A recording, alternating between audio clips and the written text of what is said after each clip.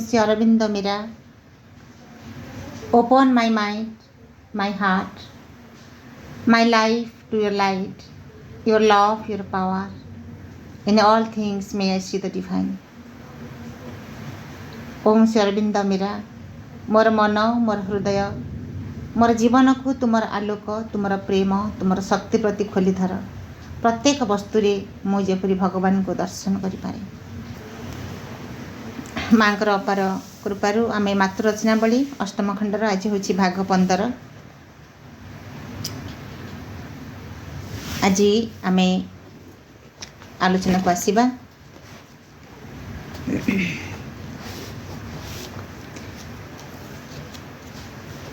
प्रभु लिखुछंती प्रकृति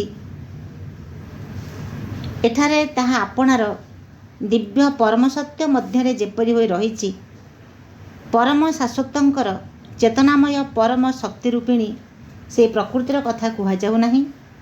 मात्र ही अज्ञान भितरे प्रकृति आमको जेउ भली देखा जाउछि ताहारी कथा ही कुहा जाउछि।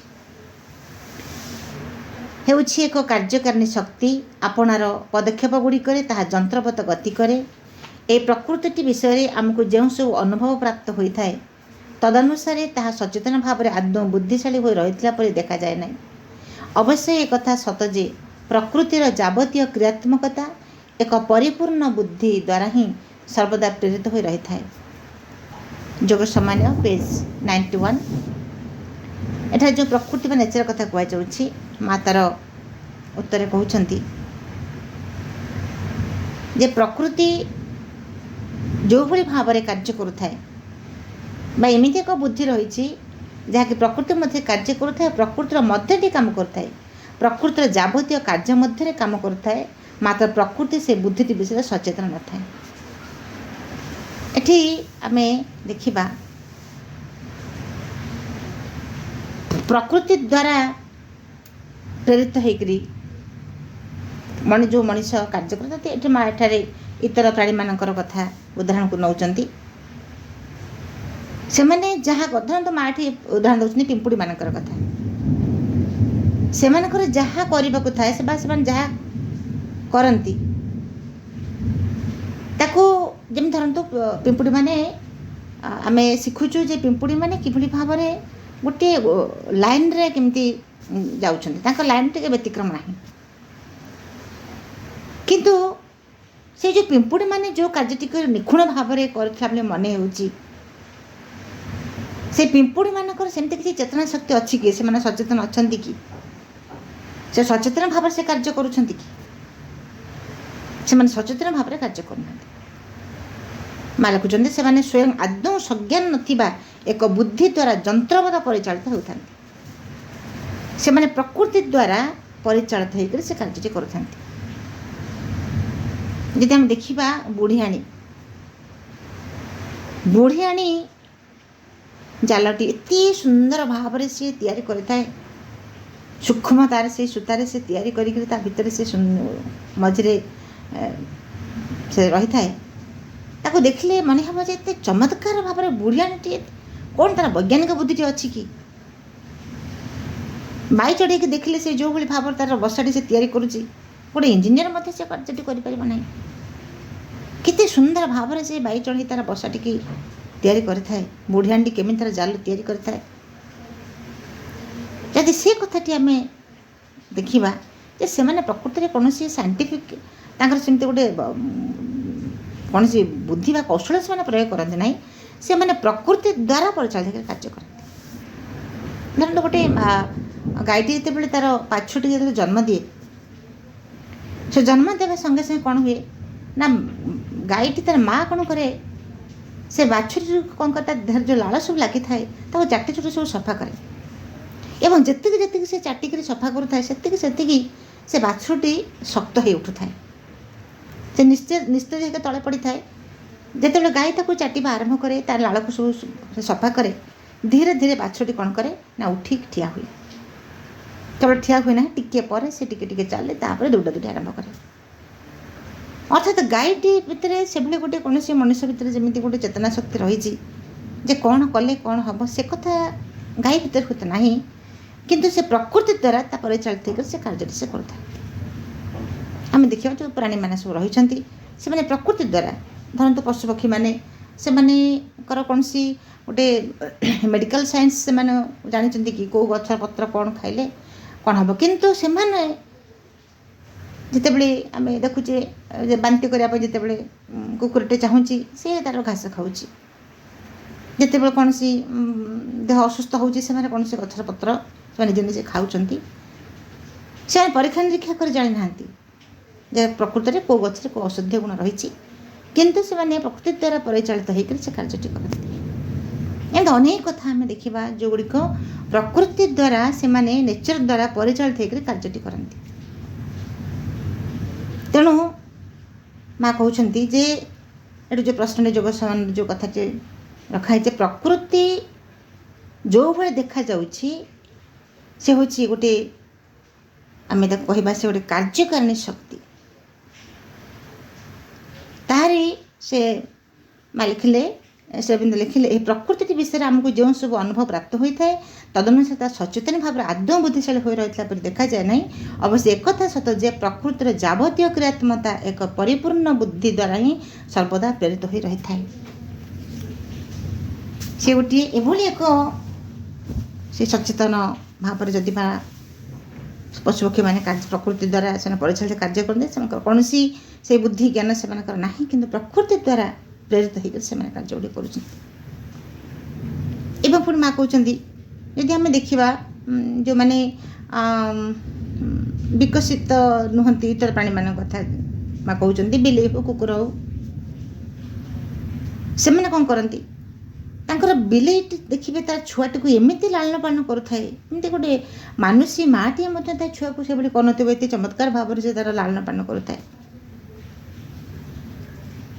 ଅଧିକ ଭଲ ଭାବରେ ମା ଲେଖୁଛନ୍ତି ବିଲେଇ ମଧ୍ୟ ଗୋଟେ ମା ଠାରୁ ଅଧିକ ଭଲ ଭାବରେ କାର୍ଯ୍ୟ କରୁଥାଏ।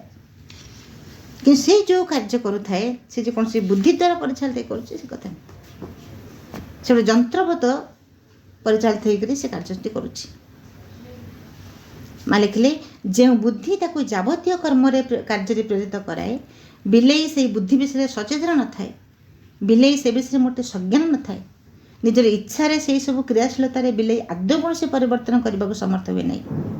କୌଣସି ଏକ ଶକ୍ତି ତାହା ଦ୍ୱାରା ଯନ୍ତ୍ରବତ କାର୍ଯ୍ୟ କରି ନେଉଥାଏ, ମାତ୍ର ତା ଉପରେ ବିଲେଇର କୌଣସି ନିୟନ୍ତ୍ରଣ ନଥାଏ। ଯେଉଁ କାର୍ଯ୍ୟ ସେମାନେ ବିଲେଇ ହେଉ, କୁକୁର ହେଉ, ଚଢ଼େଇଟିଏ ହେଉ, ପିମ୍ପୁଡ଼ି ହେଉ, ଯିଏ ବି ହେଉ ଯେଉଁ କାର୍ଯ୍ୟ କରୁଛନ୍ତି ସେମାନେ ସେଇ ପ୍ରକୃତି ଦ୍ୱାରା ପରିଚାଳିତ ହୋଇକରି କାର୍ଯ୍ୟ କରୁଛନ୍ତି। ତା ଦ୍ୱାରା ସେମାନେ କ'ଣ ଗୋଟେ ପଢ଼ିଥିଲି ଯେତେବେଳେ ଗୋଟେ ସମୁଦ୍ର କୂଳରେ ଅସଂଖ୍ୟ ଯେତେବେଳେ ସବୁ କୁମ୍ଭୀରମାନେ ଯେତେବେଳେ ଅଣ୍ଡା ଦିଅନ୍ତି, ଅସଂଖ୍ୟ କୁମ୍ଭୀର ଆସିକରି କ'ଣ କରନ୍ତି, ବାଲିରେ ସେ ବେଳାଭୂମିରେ ଆସି ଅଣ୍ଡା ଦେଇକରି ବାଲି ଘୋଡ଼େଇ ଦେଇକି ସେମାନେ ଚାଲିଯାଆନ୍ତି। ଯେତେବେଳେ ଅଣ୍ଡା ଫୁଟିବାଟି ଆରମ୍ଭ କରେ, ବାଲି ଭିତରୁ ଯେତେବେଳେ ସେ କୁନି କୁନି କଇଁଛ ଛୁଆମାନେ ସବୁ ବାହାରନ୍ତି, କଇଁଛମାନଙ୍କ କଥା କହିଲି, କଇଁଛମାନେ ଯେତେବେଳେ ବାହାରନ୍ତି ସେମାନେ କ'ଣ କରନ୍ତି ନା ବାହାରିଲା ମାତ୍ରକେ ସାଙ୍ଗେ ସାଙ୍ଗେ ସେ କୁଆଡ଼କୁ ଯାତ୍ରା ତାଙ୍କର ନା ସମୁଦ୍ର ଭିତରକୁ ସେମାନେ ଯାଆନ୍ତି। ସେମାନେ ଚାହିଁଲେ ତ ବିପରୀତ ଦିଗରେ ଯାତ୍ରା କରିପାରନ୍ତେ, ସ୍ଥଳଭାଗ ଆଡ଼କୁ ଆସିପାରନ୍ତେ, କିନ୍ତୁ ସେମାନେ ଯାତ୍ରା କରନ୍ତି କେଉଁଠିକି ନା ସେଇ ଜଳ ଭିତରକୁ। ଯେମିତି ଲାଗେ ସତେ ଯେମିତି ତାଙ୍କୁ ଜଣାଅଛି ଏଇଠି ଆମର ଘର, ଏଇଠି ଆମର ମା ଅଛି, ଆମେ ସେଇଠି ତାରିକୁ ସେ ସମୁଦ୍ରର ଗର୍ଭ ଭିତରକୁ ଗଲେ ଆମେ ମାଆକୁ ପାଇପାରିବା। ଯଦିବା ସେମାନେ କୌଣସି ସେଭଳି କୌଣସି ବୁଦ୍ଧି ସୀମା ନଥାଏ, କିନ୍ତୁ ପ୍ରକୃତି ଦ୍ୱାରା ପରିଚାଳିତ ହୋଇକରି ସେମାନେ କ'ଣ କରନ୍ତି ନା ସେଇ ସମୁଦ୍ରର ସେଇ ଉତ୍ତାଳ ଯେମିତି ଗୋଟେ ସର୍ବ ଗୋଟେ ଗର୍ଜନ ଯେମିତି ତାଙ୍କୁ ହାତଠାରୁ ଡାକୁଥାଏ ଯେ ଏଇଠି ତୋର ବାସସ୍ଥାନ, ସେମାନେ ଏକମୁହାଁ ହୋଇକରି ସମସ୍ତେ ସେଇ ସମୁଦ୍ର ଭିତରେ ଲୁଚିଯାଆନ୍ତି। ତେଣୁ ମା କହିଲେ ମାତ୍ର ଯଦି ଜଣେ ମଣିଷ ଏହି ପରିସ୍ଥିତି ମଧ୍ୟରେ ପ୍ରବେଶ କରି ଗୋଟିଏ ବିଲେଇକୁ ତାଲିମ ଦେବାକୁ ଯାଏ, ସେ ତଦ୍ୱାରା ବିଲେଇର ଆଚରଣକୁ ବେଶ ବଦଳାଇ ଦେଇପାରେ। ମାତ୍ର ସେହି କ୍ଷେତ୍ରରେ ବିଲେଇର ନିଜ ଚେତନା ନୁହେଁ, ମନୁଷ୍ୟର ଚେତନା ହିଁ ତା ଉପରେ କାର୍ଯ୍ୟ କରୁଥାଏ। ଯେଉଁ ବୁଦ୍ଧି ତା ଭିତରେ ରହି କାର୍ଯ୍ୟ କରାଉଥାଏ ସେଇଠି ବିଷୟରେ ସେ ମୋଟେ ସଚେତନ ନଥାଏ। ବିଲେଇ ହେଉ, କୁକୁର ହେଉ, ସର୍କସରେ ଯେଉଁ ପଶୁମାନଙ୍କୁ ସବୁ ତାଲିମ ଦିଆଯାଉଛି, ମଣିଷର ସେ ଯେଉଁ ଯାହା ତାଙ୍କୁ ତାଲିମ ଦିଆଯାଇଥାଏ, ସେମାନେ ଯାହା ଆଚରଣ କରନ୍ତି, ଯାହା କାର୍ଯ୍ୟ କରନ୍ତି, ସେ କାର୍ଯ୍ୟଟି ପ୍ରକୃତରେ ତାଙ୍କର ବୁଦ୍ଧିମତ୍ତାର ପରିଚୟ ନୁହେଁ। ତା ହେଉଛି କ'ଣ ନା ସେମାନେ ମଣିଷ ଯେଉଁ ତାଙ୍କୁ ଶିକ୍ଷା ଦେଇଥାଏ ସେ ମଣିଷର ଚେତନା ହିଁ ସେଠି କାର୍ଯ୍ୟ କରୁଥାଏ। ଆମେ କହୁ ଯେ ଗୋଟେ ଅତି ଅନୁକରଣ ପ୍ରିୟ ହେଉଛି ମାଙ୍କଡ଼, ଅତି ଅନୁକରଣ ହେଉଛି କୁକୁର, ସେମାନେ ଖୁବ୍ ଶୀଘ୍ର କଥାଟିକୁ ସେମାନେ ଶିକ୍ଷା କରିନିଅନ୍ତି। ପ୍ରକୃତରେ ସେମାନେ ଶିକ୍ଷା କ'ଣ କରନ୍ତି ନା ତାଙ୍କ ଭିତରେ ଯେଉଁ ଗ୍ରହଣଶୀଳତାଟି ଥାଏ ସେଠି କ'ଣ ହୁଏ ନା ମଣିଷର ଚେତନାଟି ଖୁବ୍ ଶୀଘ୍ର ତା ଭିତରେ କାର୍ଯ୍ୟ କରେ। ମଣିଷର ଚେତନା ତା ଭିତରକୁ ଯାଇ ପ୍ରବେଶ କରେ ଏବଂ ସେ ଯାହା କରନ୍ତି ମଣିଷ ଚେତନା ହିଁ ସେଠି କାର୍ଯ୍ୟ କରୁଥାଏ। ଏବଂ ଏହି ପ୍ରକାର ଆତ୍ମସଂଜ୍ଞାନ ହୋଇ ରହିପାରିବା, ନିଜର କାର୍ଯ୍ୟଟିକୁ ନିଜେ ନିରୀକ୍ଷଣ କରି ଦେଖିବାର ଏକ ସମ୍ଭାବନା, ମୁଁ କାହିଁକି ଓ କିପରି କାର୍ଯ୍ୟ କରୁଛି ତାହାକୁ ବୁଝିବା ପାଇଁ ସମର୍ଥ ହେବା ଏବଂ ତେଣୁ ସେହି କାର୍ଯ୍ୟଟି ଉପରେ ନିୟନ୍ତ୍ରଣ ରଖିପାରିବା ଓ ତାହାକୁ ଇଚ୍ଛା କଲେ ବଦଳାଇ ଦେଇପାରିବା। ପୁଣି ମା କହୁଛନ୍ତି ଯେ ଗୋଟେ ମନୁଷ୍ୟ ଯେତେବେଳେ, ଏ ତ ପଶୁପକ୍ଷୀମାନଙ୍କର କଥା, ସେମାନେ ନିଜ କାର୍ଯ୍ୟଟିକୁ ଗୋଟେ ପ୍ରକୃତି ଦ୍ୱାରା ପରିଚାଳିତ ହେଇକରି କରନ୍ତି। ବା ମଣିଷ ଯାହା ଶିକ୍ଷା ଦିଏ ସେ ମଣିଷର ଚେତନା ଦ୍ୱାରା ସେମାନେ ଶିକ୍ଷା ଲାଭ କରନ୍ତି। କିନ୍ତୁ ଯଦି ଆମେ ଦେଖିବା ମନୁଷ୍ୟ ଏବଂ ଇତର ପ୍ରାଣୀ ମଧ୍ୟରେ ପାର୍ଥକ୍ୟଟି କ'ଣ? ସେ ପ୍ରକୃତି ଦ୍ୱାରା ପରିଚାଳିତ ହେଇକରି କରୁଛି, କିନ୍ତୁ ମଣିଷ କ'ଣ କରୁଛି? ସେ ତା ଭିତରେ ଯେଉଁ ଚେତନା ଶକ୍ତିଟି ଅଛି, ତା ଭିତରେ ଯେଉଁ ସମ୍ଭାବନାଟି ଅଛି, ତା ଭିତରେ ଯାହା ଠିକ୍ ଭଲ ବିଚାର ଶକ୍ତିଟି ଅଛି, ତାର ଯେଉଁ ମନୋମୟ ବିକାଶଟି ଘଟିଛି, ତାର ଦ୍ୱାରା ସେ ଜାଣୁଛି ଯେ ମୁଁ କାହିଁକି ଏ କାର୍ଯ୍ୟଟି କରିବି, କିପରି ଭାବରେ କାର୍ଯ୍ୟଟି କରିବି, କେଉଁ ଉପାୟରେ କରିବି ଏବଂ ତାର ଗୋଟେ ନିଜ ଉପରେ ନିୟନ୍ତ୍ରଣ କରିବା, ତାର ଇଚ୍ଛାଟିକୁ ବଦଳି ଦେଇପାରିବା, ଏହି ସମସ୍ତ ସାମର୍ଥ୍ୟ ମଣିଷ ଭିତରେ ରହିଛି। ତେଣୁ ମା ଲେଖିଲେ ମନୁଷ୍ୟ ନିଜ ବିଷୟରେ ସଚେତନ ଥାଏ, ତାକୁ କ୍ରିୟାଶୀଳ କରି ରଖିଥିବା ଶକ୍ତି ବିଷୟରେ ସେ ସଜ୍ଞାନ ହୋଇପାରେ ଏବଂ କେବଳ ସଜ୍ଞାନ ହେବା ନୁହେଁ, ସେ ଶକ୍ତିଟିକୁ ନିୟନ୍ତ୍ରଣ ବି କରିପାରେ।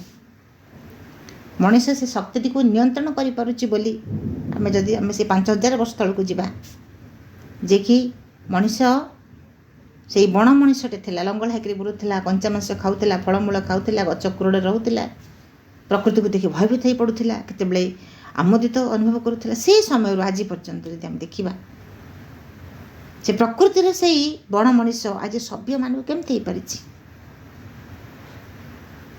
ଏଇଥିପାଇଁ ସେ ସଭ୍ୟ ହେଇପାରିଛି ଯେ ଇତର ପ୍ରାଣୀ ଭିତରେ ତା ଭିତରେ ଏକ ବିରାଟ ପାର୍ଥକ୍ୟ ରହିଛି। ଇତର ପ୍ରାଣୀ ପ୍ରକୃତି ଦ୍ୱାରା ପରିଚାଳିତ ହେଉଛି, କିନ୍ତୁ ମଣିଷ ନିଜ ଚିନ୍ତା, ନିଜ ଚେତନା, ତାର ଦ୍ୱାରା ସେ ପରିଚାଳିତ ହେଉଛି। ଆପଣ ଦେଖିବେ ଦୁଇଟା ଧାରଣ କୁକୁର ଖୁବ୍ ସୁନ୍ଦର ଭାବରେ ପଡ଼ିଆରେ ଖେଳୁଛନ୍ତି। ଏବେ କୁକୁରମାନଙ୍କର ଖେଳ ଦେଖିବା ପରେ ଗୋଟେ ଭାରି ଏନ୍ଜୟେବଲ୍। ହଠାତ୍ ଆପଣ କ'ଣ କରିବେ, କିଛି ଖାଦ୍ୟ ନେଇକରି ସେଠି ଦେଇଦେବେ ଖାଇବା ପାଇଁ। ହଠାତ୍ ଆରମ୍ଭ ହୋଇଯିବ କ'ଣ ଦୁଇ ଜଣଙ୍କ ଭିତରେ ପୁରା କାମୁଡ଼ା କାମୁଡ଼ି ହେଇଯିବ, ଯିଏ ବଳୁଆ ସିଏ ଖାଇବ, ଅନ୍ୟଟି ବିଚରା ଦୂରରେ ଥାଇକି ଖାଲି ଦେଖୁଥିବ। ଯେତେବେଳେ ଖାଦ୍ୟ ଖାଇବା ସରିଯିବ ତାପରେ ପୁଣି କ'ଣ କରିବେ ନା ଖେଳରେ ପୁଣି ମାତିଯିବେ, ଭୁଲିଯିବେ। ଏହା ପୂର୍ବରୁ ସେମାନେ ଝଗଡ଼ା କରୁଥିଲେ, କାମୁଡ଼ା କାମୁଡ଼ି ହେଉଥିଲେ, ସେ କଥା ଭୁଲିଯିବେ। ଏଇଟା ହେଉଛି ସେମାନଙ୍କ ନେଚର, ପ୍ରକୃତି। କିନ୍ତୁ ମଣିଷ ଭିତରେ ସେ କଥାଟି ନାହିଁ। ମଣିଷ ଭିତରେ ସେ ସଜ୍ଞାନ ଭାବରେ ଯାହା କରୁଛି ସଜ୍ଞାନ ଭାବରେ କାର୍ଯ୍ୟଟି କରୁଛି।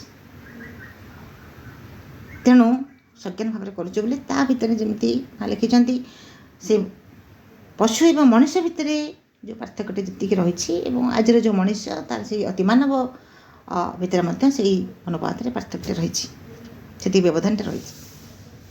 ତେବେ ଯାଉ ମା ଲେଖିଲେ, but all those who feel themselves driven by a force and say, I was forced to do it without the participation of their will, so that they are still deeply rooted in animality, that is to say, in the inconscient. ମା ଲେଖୁଛନ୍ତି ଯେ ଯେଉଁମାନେ ଶକ୍ତି ଦ୍ୱାରା ପରିଚାଳିତ ହେଉଥିବା ପରି ଅନୁଭବ କରନ୍ତି, ସମସ୍ତେ ଆମେ ଶକ୍ତି ଦ୍ୱାରା ପରିଚାଳିତ ହେଉଛୁ, ଏକଥା ସତ୍ୟ। ସେଇ ଗୋଟିଏ ସେ ପରମ ଶକ୍ତି କିଛି ଗୋଟେ ରହିଛି ଯିଏକି ଆମକୁ ସମସ୍ତଙ୍କୁ ପରିଚାଳିତ କରୁଛି, ଯେଉଁ ଶକ୍ତି ଭୂମିଠାରୁ ଭୂମା ପର୍ଯ୍ୟନ୍ତ ଏତେ ବଡ଼ ମହାକାଶ, ସୂର୍ଯ୍ୟ, ଚନ୍ଦ୍ର, ଗ୍ରହ, ନକ୍ଷତ୍ର କିଭଳି ଭାବରେ ଘୁରି ବୁଲୁଛନ୍ତି, ଗୋଟେ ପ୍ରଦକ୍ଷିଣ ସୂର୍ଯ୍ୟଙ୍କ ଚାରିପଟେ ପ୍ରଦକ୍ଷିଣ କରୁଛନ୍ତି, କେହି କାହା ଦେହରେ ପିଟି ହେଉନାହାନ୍ତି। ଗୋଟେ ହାରମୋନି, ସବୁ ଭିତରେ ଗୋଟେ ହାରମୋନି ରହିଛି, ଗୋଟେ ସଙ୍ଗତି ରହିଛି। ଏ ସଙ୍ଗତି ଦ୍ୱାରା ସୂର୍ଯ୍ୟ, ଚନ୍ଦ୍ର, ଗ୍ରହ, ନକ୍ଷତ୍ର ସେମାନେ ନିଜ ନିଜ ଗତିପଥ ଠିକ୍ ଭାବରେ ପରିଚାଳିତ ହେଉଛନ୍ତି। ସମସ୍ତେ ଶକ୍ତି ଦ୍ୱାରା ଗୋଟେ କୌଣସି ଯେଉଁ ପରମ ଶକ୍ତି ରହିଛି ସେ ପରିଚାଳିତ କରୁଛି। କିନ୍ତୁ ମଣିଷ ସମ୍ପର୍କରେ ମାଆଟି କହୁଛନ୍ତି, ଯଦି ମଣିଷ କହିବ ଇତର ପ୍ରାଣୀଟି ସିନା ସେ ଶକ୍ତି ଦ୍ୱାରା ପରିଚାଳିତ ହେଇକରି ଯାହା ପାଇଲେ ତାହା କରିବ, କିନ୍ତୁ ମଣିଷ ଯଦି କହିବ ଆଇ ୱାଜ୍ ଫୋର୍ସଡ୍ ଟୁ ଡୁ ଇଟ୍, ମୁଁ ଏକଥା କରିବାକୁ ବାଧ୍ୟ ହେଲି। ଜଣେ କହିବ ମୁଁ କ'ଣ ମିଛ କହିଥାନ୍ତି କି, ଏମିତି ପୁରା ପରିସ୍ଥିତି ପଡ଼ିଲା ଯେ ମୁଁ ବାଧ୍ୟ ହେଲି ମିଛ କହିବା ପାଇଁ, ସେ ନିଶା ଦ୍ରବ୍ୟଟି ସେବନ କରିବା ପାଇଁ ମୁଁ ବାଧ୍ୟ ହେଲି, ସାଙ୍ଗସାଥିମାନେ ବାଧ୍ୟ କଲେ, ମୁଁ ସେ ମନା କରିପାରିଲିନି, ବାଧ୍ୟ ହେଲି। ମାଆଟି କହୁଛନ୍ତି ଅର୍ଥାତ୍ ଯେଉଁ ମଣିଷମାନେ ନିଜକୁ କୁହନ୍ତି ଯେ ମୁଁ ଆଇ ୱାଜ୍ ଫୋର୍ସଡ୍ ଟୁ ଡୁ ଇଟ୍, ମୁଁ ଏଇଟା ବାଧ୍ୟ ହେଲି କରିବା ପାଇଁ ଏ କାର୍ଯ୍ୟଟି, କାରଣ ମଣିଷ ଭିତରେ ଗୋଟେ ଚେତନା ଶକ୍ତି ଅଛି, ତା'ର ଗୋଟେ ସଂକଳ୍ପ ଶକ୍ତି ଅଛି, ତା'ର ନିଜକୁ ନିୟନ୍ତ୍ରଣ କରିବାର ସାମର୍ଥ୍ୟଟି ରହିଛି। ତା ସତ୍ତ୍ୱେ ଯଦି ସେ କହିବ ଯେ ଆଇ ୱାଜ୍ ଫୋର୍ସଡ୍, ମୁଁ ବାଧ୍ୟ ହେଲି ଏ କଥାଟି କରିବା ପାଇଁ, ତାହେଲେ ତାକୁ କୁହାଯିବ ସେ ସେଇ ଇତର ଅବସ୍ଥାରେ, ତା'ର ଚେତନାଟି ସେଇ ଇତର ଅବସ୍ଥାରେ ରହିଛି। ଜଣ କହୁଛି କ'ଣ କରିବି, ବହି ଧରିଲେ ତ ନିଦ ମାଡ଼ୁଛି, ପଢ଼ିବି କ'ଣ, ମୁଁ କ'ଣ ନିଜ ଆୟତ୍ତରେ ଅଛି କି, ବହି ତ ଧରିଲେ କୁଆଡ଼ୁ କୁଆଡ଼ୁ ନିଦ ମାଡ଼ି ଆସୁଛି। ଯିଏ ଏ କଥାଟି କହିବ ଯେ ବହି ଧରୁ ଧରୁ ନିଦ ଆସୁଛି, କାହିଁ କ'ଣ ନିଦକୁ ଆୟତ୍ତ କରିବା ପାଇଁ କିଛି ବାଟ ନାହିଁ, ମୋର ପଢ଼ିବାର ଅଛି, ମାଆଙ୍କର ଗ୍ରନ୍ଥଟି ମୁଁ କିଛି ସମୟ ଅଧ୍ୟୟନ କରିବି। ଯଦି ଜଣେ ଦୃଢ଼ ସଂକଳ୍ପ ନେଉଛି ଯେ ମାଆଙ୍କ ଗ୍ରନ୍ଥଟି ମୁଁ ଅଧ୍ୟୟନ ଯେମିତି ହେଲେ କରିବି, କିଛି ସମୟ ପଢ଼ିବି, 10 ମିନିଟ୍ 15 ମିନିଟ୍ ଅଧଘଣ୍ଟା ଗୋଟେ ସଂକଳ୍ପ ନେଇଛି ପଢ଼ିବା ପାଇଁ, ଏବଂ ବହିଟି ଧରୁ ଧରୁ ସେଟା ଗୋଟେ ନେଚର, ବହିଟି ଧରୁ ଧରୁ ନିଦ କିଛି ଲୋକଙ୍କର ଆସିଯାଏ। ଯଦି ନିଦ ଆସୁଛି, ସେ ପ୍ରକୃତିକୁ ବଦଳାଇବା ପାଇଁ କ'ଣ ମଣିଷ ସେ ଶକ୍ତିଟି ନାହିଁ? 100% ଅଛି। ଯଦି ନିଦ ମାଡ଼ୁଛି, କିଛି ତ ଗୋଟେ କିଛି କରିବି ସେଇ ସମୟରେ, ଯେମିତି ମୋ ନିଦଟିକୁ ମୁଁ ଆୟତ୍ତ କରିପାରିବି। କିନ୍ତୁ ତାହା ନକରି ଯଦି ଜଣେ କହିବ ମୁଁ କ'ଣ କରିବି, ମୁଁ କ'ଣ ନିଜ ଆୟତ୍ତରେ ଅଛି କି, ଆଇ ୱାଜ୍ ଫୋର୍ସଡ୍ ଟୁ ଡୁ ଇଟ୍, ମୁଁ ବାଧ୍ୟ ହେଉଛି, ମୋତେ ନିଦ ଲାଗୁଛି, ମୁଁ କ'ଣ କରିବି, ମୋ ନିଜ ଆୟତ୍ତରେ ନାହିଁ, ଏ କଥାଟି ଯିଏ କହିବ ତା'ର ଚିନ୍ତା, ତା'ର ଚେତନା ସେହି ଇତର ମଣିଷର ଅବସ୍ଥାରେ ରହିଛି ବୋଲି ଭାବିବାକୁ ହେବ। ବୈଜ୍ଞାନିକଟି କ'ଣ କରେ, ତା ନିଜ ଗବେଷଣାଗାରରେ ଭୋକ ଶୋଷ ଭୁଲିଯାଏ, ସେ ଲାଗିଥାଏ ତା କାର୍ଯ୍ୟରେ, ସେ କେମିତି ସେ ଗୋଟେ ପୂର୍ଣ୍ଣତା ଲାଭ କରିବ, ଶେଷ ପର୍ଯ୍ୟନ୍ତ ସେ ହାରିଯାଏ ନାହିଁ, ସେ ଲାଗିଥାଏ କେମିତି ତାର ସେଇ ଉଦ୍ଭାବନଟି, କେମିତି ଆବିଷ୍କାରଟି ସେ କରିବ। ସେ କ'ଣ କହେ ଯେ ହଁ ଏତେ ଚେଷ୍ଟା କଲି ହେଲାନି ଛାଡ଼ିଦେବା। ଜନ୍ ବର୍ଡ ସେ କଥା କରିଥିଲେ, ମାର୍କୋନି କ'ଣ ସେ କଥା କରିଥିଲେ, ରାଇଟ୍ ଭାତୃଦୟ କରିଥିଲେ, ଲାଗି ରହିଲେ ଶେଷ ପର୍ଯ୍ୟନ୍ତ, ଏବଂ ଯେ ପର୍ଯ୍ୟନ୍ତ ସେମାନେ ସେଥିରେ ପୂର୍ଣ୍ଣତା ଲାଭ କରିନାହାନ୍ତି ସେ ପର୍ଯ୍ୟନ୍ତ ଲାଗି ରହିଛନ୍ତି। ତେଣୁ ଯେଉଁମାନେ ତାଙ୍କର ଗବେଷଣାଗାରରେ ଭୋକ ଶୋଷ ଭୁଲି ଏତେ କଷ୍ଟ ସ୍ୱୀକାର କରି ଆମ ପାଇଁ କେତେ କେତେ କଥା ସବୁ ଉଦ୍ଭାବନ ଆବିଷ୍କାର କରୁଛନ୍ତି, ସେମାନେ ତ କହୁନାହାନ୍ତି ନା ହେଲାନି ମୋ ଦ୍ୱାରା, କ'ଣ କରିବି, ଛାଡ଼ିଦେବା ଏଇଠୁ। ଅଥଚ ଆମେ ଟିକେ ଆମ ନିଦଟିକୁ ଆମେ ନିଜ ନିୟନ୍ତ୍ରଣ ରଖିପାରୁନୁ, ରାଗ ଟିକେ ନିୟନ୍ତ୍ରଣ ରଖିପାରୁନୁ। ରାକ୍ଷସମାନେ କ'ଣ କରନ୍ତି, ସେମାନଙ୍କର ଯେଉଁ ଇଚ୍ଛା ଶକ୍ତି, ତାଙ୍କର ଯେଉଁ ସଂକଳ୍ପ ଶକ୍ତି ତାଙ୍କର ଭାରି ଦୃଢ଼। ସେଥିପାଇଁ ପ୍ରଭୁ ଲେଖିଲେ ଦିଅ ମୋତେ ଅସୁରର ଶକ୍ତି, ଅସୁରର ଉଦ୍ୟମ। ଅସୁର ଭିତରେ ଯେଉଁ ଶକ୍ତି ଅଛି, ତା ଭିତରେ ଯେଉଁ ଉଦ୍ୟମ ଅଛି, ସେଇଟିକୁ ମୋତେ ଦିଅ। ମୁଁ ଯେମିତି ରାକ୍ଷସମାନେ କ'ଣ କରନ୍ତି, ଯାହା ପାଇଲେ ମଧ୍ୟ ଯେତେ କଷ୍ଟ ସ୍ୱୀକାର କରନ୍ତି, ସେ ଖରା ଦିନେ ନିଆଁ ଜାଳିକରି ତପସ୍ୟା କରିବା, ପାଣିରେ ଶୀତ ଦିନେ ଠିଆ କେତେ କେତେ କଷ୍ଟ ସେମାନେ ସ୍ୱୀକାର କରି ଶରୀରକୁ କଷ୍ଟ ଦେଇକି ସାଧନା କରନ୍ତି, ତପସ୍ୟା କରନ୍ତି। ଏବଂ ଯେହେତୁ ପ୍ରତ୍ୟେକ ସାଧନାର ସିଦ୍ଧି ରହିଛି, ସେ ରାକ୍ଷସ ହେଲେ ବି ଯଦିବା ସେମାନେ ରାକ୍ଷସମାନେ କ'ଣ କରନ୍ତି ନା କିଛି ଗୋଟିଏ ନିଜର ସ୍ୱାର୍ଥ ପାଇଁ ସେମାନେ ବଳ ହାସଲ କରିବା ପାଇଁ ଚାହାନ୍ତି, ପ୍ରଭୁଙ୍କ ଠାରୁ କିଛି ବର ଚାହାନ୍ତି ଏବଂ ସମାଜରେ କ୍ଷତି ହିଁ କରନ୍ତି, ତଥାପି ଭଗବାନ ବାଧ୍ୟ ତାଙ୍କର ଇଚ୍ଛା ପୂର୍ଣ୍ଣ କରିବା ପାଇଁ, କାରଣ ସେ ସେଇଭଳି ଭାବରେ କଠୋର ସାଧନାଟି କରନ୍ତି। ପ୍ରତ୍ୟେକ ସାଧନାର ସିଦ୍ଧି ରହିଛି ଏବଂ ପ୍ରଭୁ ବରଦାନ ଦିଅନ୍ତି ଏବଂ କେଉଁଠି କ'ଣ ଟିକେ ରଖିଥାନ୍ତି ଯେମିତି ତାଙ୍କୁ ସଂହାର କରି ହେବ। ତେଣୁ ସେଇ ଯେଉଁ ସଂକଳ୍ପ ଶକ୍ତି ସେମାନଙ୍କର ଅଛି, ତାଙ୍କଠୁ ଆମେ ଶିଖିବାର କଥା। ସେଥିପାଇଁ ପ୍ରଭୁ ଲେଖୁଛନ୍ତି ଦିଅ ମୋତେ ଅସୁରର ଶକ୍ତି, ଅସୁରର ଉଦ୍ୟମ।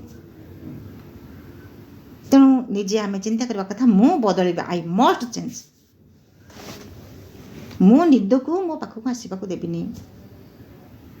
ତା ମାନେ ନୁହେଁ ଯେ ଆମେ ରାତି ଅନ୍ଧାର ରହିକି ରାତି 12ଟା 1 ପର୍ଯ୍ୟନ୍ତ ସେ କଥା ଆମେ ନିଦରେ ବ୍ୟାଘାତ ସୃଷ୍ଟି ନ ହେବ ସେ କଥା ନୁହେଁ। ଆମେ କୌଣସି ଏମିତି ଗୋଟିଏ ସମୟ ବାଛି ନେବା ଯେମିତି ଆମେ କିଛି ସମୟ ଅଧ୍ୟୟନ କରିବା। ରାତି ଅନିଦ୍ରା ରହିକି ନୁହେଁ। ଶରୀରକୁ ନିଦ୍ରାର ଆବଶ୍ୟକତା ଅଛି, ନହେଲେ ଗୋଟେ ଡିସହାରମୋନି ଆସିଯିବ ଆମ ଶରୀରରେ। ଶରୀରଟି ଯେଉଁ ଶୃଙ୍ଖଳିତ ଭାବରେ ଯେଉଁ କାର୍ଯ୍ୟ କରୁଛି ସେ କାର୍ଯ୍ୟରେ ବିଶୃଙ୍ଖଳତା ହେବ। ତେଣୁ ଗୋଟିଏ ଦୃଢ଼ ସଂକଳ୍ପ, ମୁଁ ବଦଳିବି, ଆଇ ମଷ୍ଟ ଚେଞ୍ଜ। କୌଣସି ଶକ୍ତି ମୋତେ ବାଟ ଅଟକାଇ ପାରିବନି। ମୁଁ ଯେମିତି ହେଲେ ପରିବର୍ତ୍ତନ ହେବି। ଏମିତି ଯେଉଁ ଦୃଢ଼ ଇଚ୍ଛାଟିଏ, ଦୃଢ଼ ସଂକଳ୍ପଟିଏ, ସେ ସଂକଳ୍ପ ଦ୍ୱାରା ତ କାଳିଦାସ ମହାମୂର୍ଖ କାଳିଦାସ ମହାପଣ୍ଡିତରେ ପରିଣତ ହେଲେ। ଯଦି ସେ ସେଇଭଳି ଭାବରେ ସେଇ ମୂର୍ଖାମି କରିକି ସେ ସେମିତି ରହିଥାନ୍ତେ, କିନ୍ତୁ ତାଙ୍କ ପତ୍ନୀଙ୍କର ଏ ତାତ୍ସଲ୍ୟ ଭର୍ତ୍ସନା ତାଙ୍କୁ ପରିବର୍ତ୍ତନ କରିଦେଲା। ତେଣୁ ଜଣେ ମା ଲେଖିଲେ, ସଂକଳ୍ପବଦ୍ଧ ଇଚ୍ଛା ଦ୍ୱାରା ଆପଣାର କ୍ରିୟାଟିକୁ ବଦଳାଇ ଦେଇପାରିବାକୁ ଓ ତା ଉପରେ ଆପଣ ନିୟନ୍ତ୍ରଣ ଆଣିପାରିବାକୁ ସମର୍ଥ ହେଲେ ଯାଇ ମୁଁ ପ୍ରକୃତରେ ଜଣେ ସଚେତନ ମନୁଷ୍ୟର ଭୂମିକା ଗ୍ରହଣ କରିବାକୁ ଆରମ୍ଭ କରିବି। କୌଣସି ପ୍ରକାର ନିୟନ୍ତ୍ରଣ ହାସଲ କରିବା ପୂର୍ବରୁ ଆମେ ଅଳ୍ପ ବହୁତେ କେବଳ ଏକ ଇତର ପ୍ରାଣୀର ଅବସ୍ଥାରେ ହିଁ ରହିଥାଉ। ଆମ ଭିତରେ ଚେତନାର ଏକ ଅତି କ୍ଷୁଦ୍ର ଭ୍ରୂଣ ମାତ୍ର ରହିଥାଏ, ଯାହାକି ଉନ୍ମେଷିତ ହେବାକୁ ଆରମ୍ଭ ହିଁ କରୁଥାଏ। ଏକ ସାନ ଶିଖାଟିଏ ଦବଦବ ହେଉଥାଏ ଏବଂ ଜଳେଇବାର ଚେଷ୍ଟା କରୁଥାଏ, ଏବଂ ଏତେ ଟିକିଏ ପବନ ଆସି ବାଜିଗଲେ ଯାହା ଲିଭିଯିବାର ସକଳ ସମ୍ଭାବନା ବି ରହିଥାଏ। ସୁନ୍ଦର କଥାଟି ମା କହୁଛନ୍ତି ଯେ ଆମ ଭିତରେ ଆମେ ସମସ୍ତେ ଏବେ ବି ସେଇ ପଶୁର ଅବସ୍ଥାରେ ଆମେ ରହିଛୁ। ପଶୁ ନା ଆମେ ସମ୍ପୂର୍ଣ୍ଣ ଭାବରେ ମଣି ଦେବତା ହେଲୁଣି, ନା ଏଭଳି ଏକ ଅବସ୍ଥାରେ ଅଛୁ। ଆମ ଭିତରେ ସେ ପଶୁତ୍ୱ ରହିଛି, ଆମ ଭିତରେ ଦେବତାଙ୍କର ଗୁଣ ମଧ୍ୟ ରହିଛି। ଏଭଳି ଅବସ୍ଥାରେ ଆମେ ରହିଛୁ। ତ ମା କହୁଛନ୍ତି ଯେ ଆମେ ସମସ୍ତେ ସେଇ ଇତର ପ୍ରାଣୀର ଅବସ୍ଥାରେ ହିଁ ରହିଥିଲୁ। ଅଳ୍ପ ବହୁତ ସମସ୍ତଙ୍କ ଭିତରେ କିଛି ନା କିଛି ରହିଥାଏ, ଏବଂ ସମସ୍ତଙ୍କ ଭିତରେ ଚେତନାର ଗୋଟିଏ କ୍ଷୁଦ୍ର ଭ୍ରୂଣଟିଏ ମଧ୍ୟ ରହିଥାଏ, ଯିଏକି ସବୁବେଳେ ଚାହୁଁଥାଏ କେମିତି ଉନ୍ମେଷିତ ହେବ, ସେ କେମିତି ଊର୍ଦ୍ଧ୍ୱକୁ ଗତି କରିବ। ଚେତନାଟି ସବୁବେଳେ ସେ ଚାହୁଁଥାଏ ଯେ କିପରି ଭାବରେ ନିଜକୁ ସେ ପ୍ରକାଶିତ କରିବ, ନିଜକୁ ନିଜର ସେ କେମିତି ବୃଦ୍ଧି ଲାଭ କରିବ। ଏବଂ ସେଇ ଯେଉଁ ଚେତନାର ସେଇ ଯେଉଁ ସାନ ଦୀପ ଶିଖାଟେ ଦବଦବ ହେଉଥାଏ, ଜଳିବା ପାଇଁ ପୂର୍ଣ୍ଣ ଭାବରେ ଜଳିବାର ଚେଷ୍ଟା କରୁଥାଏ, ଏତେ ଟିକିଏ ଯଦି ପବନ କେଉଁଠୁ ବାହାରୁ ଆସିଲେ ତାକୁ ଲିଭି ଯିବାର ବି ସମ୍ଭାବନା ରହିଛି।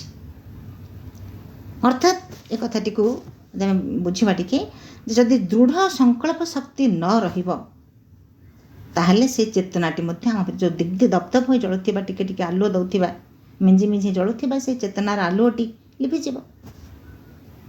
ମୁଁ କ'ଣ କରିବି, ମୋ ନିଜ ଆୟତ୍ତରେ ମୁଁ ନାହିଁ, ଯଦି ଏଇ କଥାଟି ଆମେ କହିବା ତାହେଲେ ସେ ଚେତନାଟି କେବେ ହେଲେ ଆଉ ପ୍ରଜ୍ୱଳିତ ହୋଇ ଉଠିବ ନାହିଁ। ତେଣୁ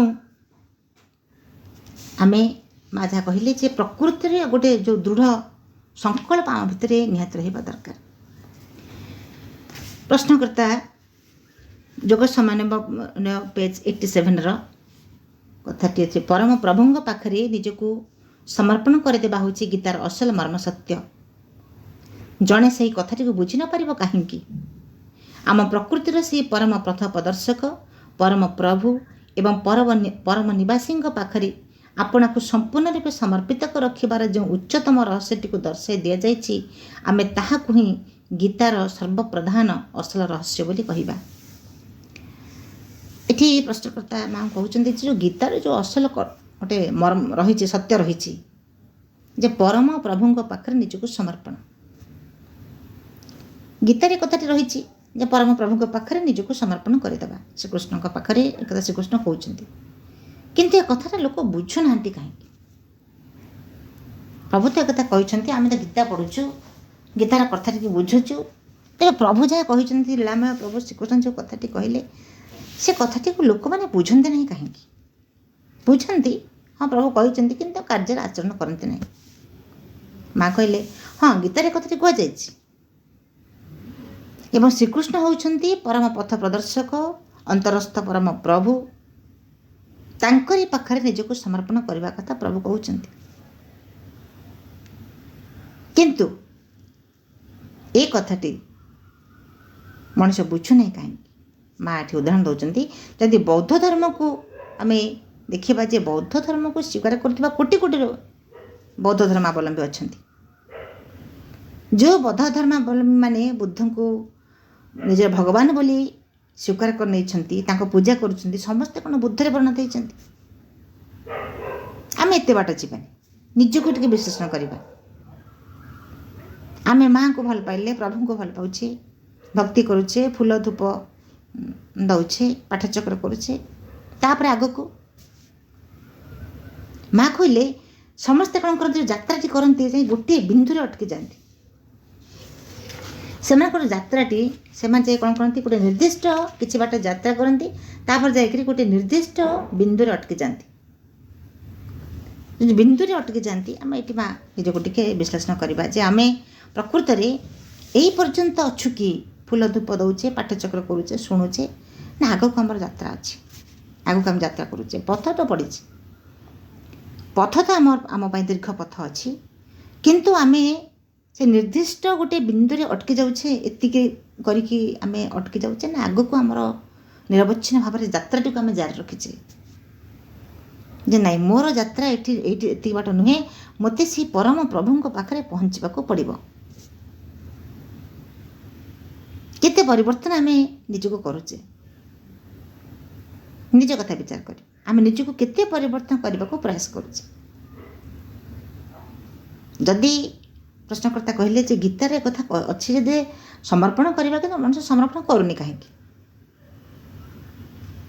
ଏ କଥା ଯଦି ଆମେ ବିଚାର କରିବା ଯେ ଆମେ ମାଆଙ୍କୁ ଜାଣିଲେ, ପ୍ରଭୁଙ୍କୁ ପଢ଼ୁଛେ, ପାଠଚକ୍ର କରୁଛେ, ଯେ ଆମେ ପ୍ରକୃତରେ ମା' ଯାହା କହିଛନ୍ତି, ପ୍ରଭୁ ଯାହା କହିଛନ୍ତି, ସେ କଥା ଗୁଡ଼ିକୁ ଆମେ ସବୁ ଜୀବନରେ ବଞ୍ଚୁଛେ କି? ମା' ଯାହା କହିଛନ୍ତି ସେ କଥାଟି ଆମେ ଜୀବନରେ ବଞ୍ଚୁଛେ, ନା ଖାଲି ତାକୁ ଆମେ ପଢ଼ୁଛେ, ଶୁଣୁଛେ, ବୁଝୁଛେ, ବାସ୍ ଏତିକିରେ ଆମେ ସୀମିତ ରଖିଦେଇଛେ? କିନ୍ତୁ ପରିବର୍ତ୍ତନର ସମ୍ଭାବନାଟି ମଣିଷ ଭିତରେ ରହିଛି।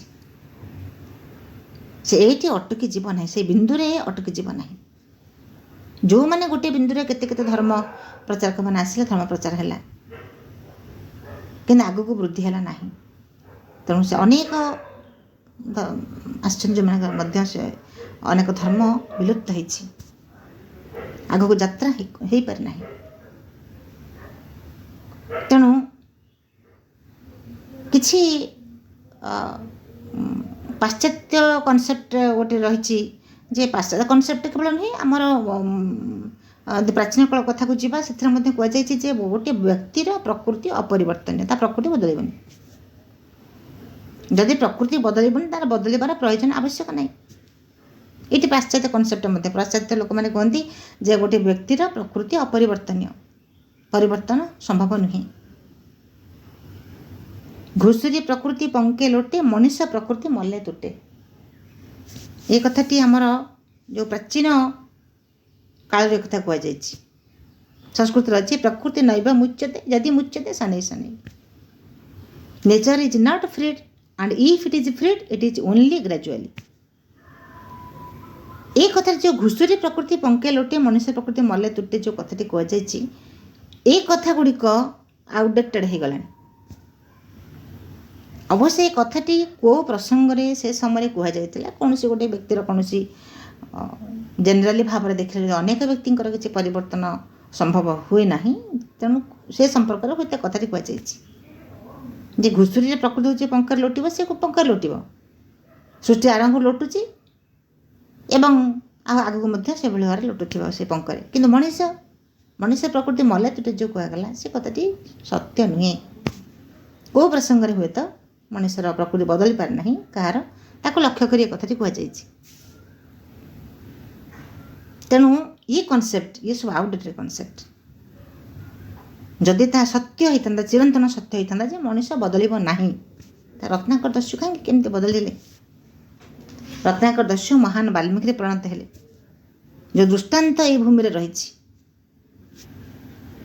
ଛୋଟ ବାଳକ ନଚିକେତା, ଯମକୁ ସାମ୍ନା କରିବାର ଦୃଷ୍ଟାନ୍ତ ଯେଉଁଠି ରହିଛି, ସାବିତ୍ରୀଙ୍କ ପରେ ଦିବ୍ୟ ନାରୀ, ମୃତ୍ୟୁ ଉପରେ ବିଜୟ ହାସଲ କରିବାର ଯେଉଁ ଦୃଷ୍ଟାନ୍ତ ଯେଉଁ ମାଟିରେ ରହିଛି ସେଠି ସବୁକିଛି ବଦଳିବା ସମ୍ଭବ। ଚେଞ୍ଜନେସ୍ ବାଉଣ୍ଡ ଟୁ କମ୍।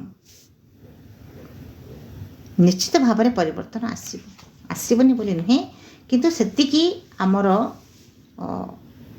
ଗୋଟିଏ ସେଇ ଦୃଢ଼ ଇଚ୍ଛା ଶକ୍ତି, ସେ ସଂକଳ୍ପ ଶକ୍ତିଟି ଆମର ରହିବା ଦରକାର।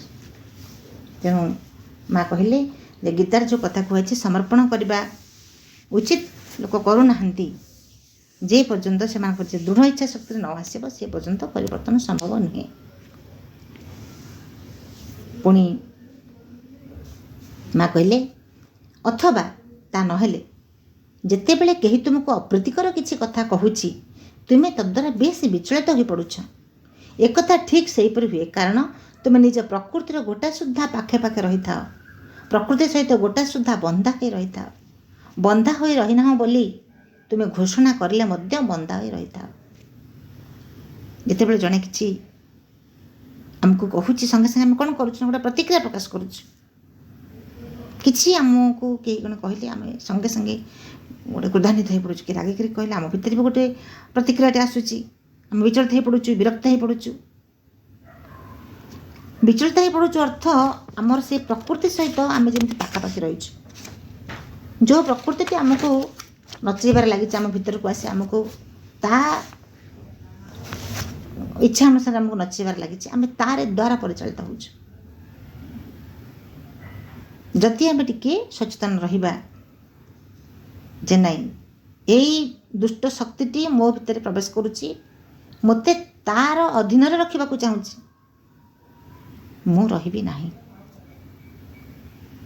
ମୁଁ ସେ ପ୍ରକୃତି ଦ୍ୱାରା ପରିଚାଳିତ ହେବି ନାହିଁ।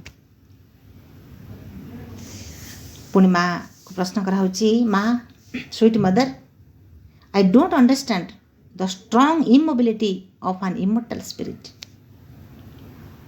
ମା ଏକ ଅବିନାଶୀ ଚିଦ୍ଗତ ଜୀବନର ବଳିଷ୍ଠ ଅବିଚଳତା କଥାଟିକୁ ମୁଁ ବୁଝିପାରୁନାହିଁ।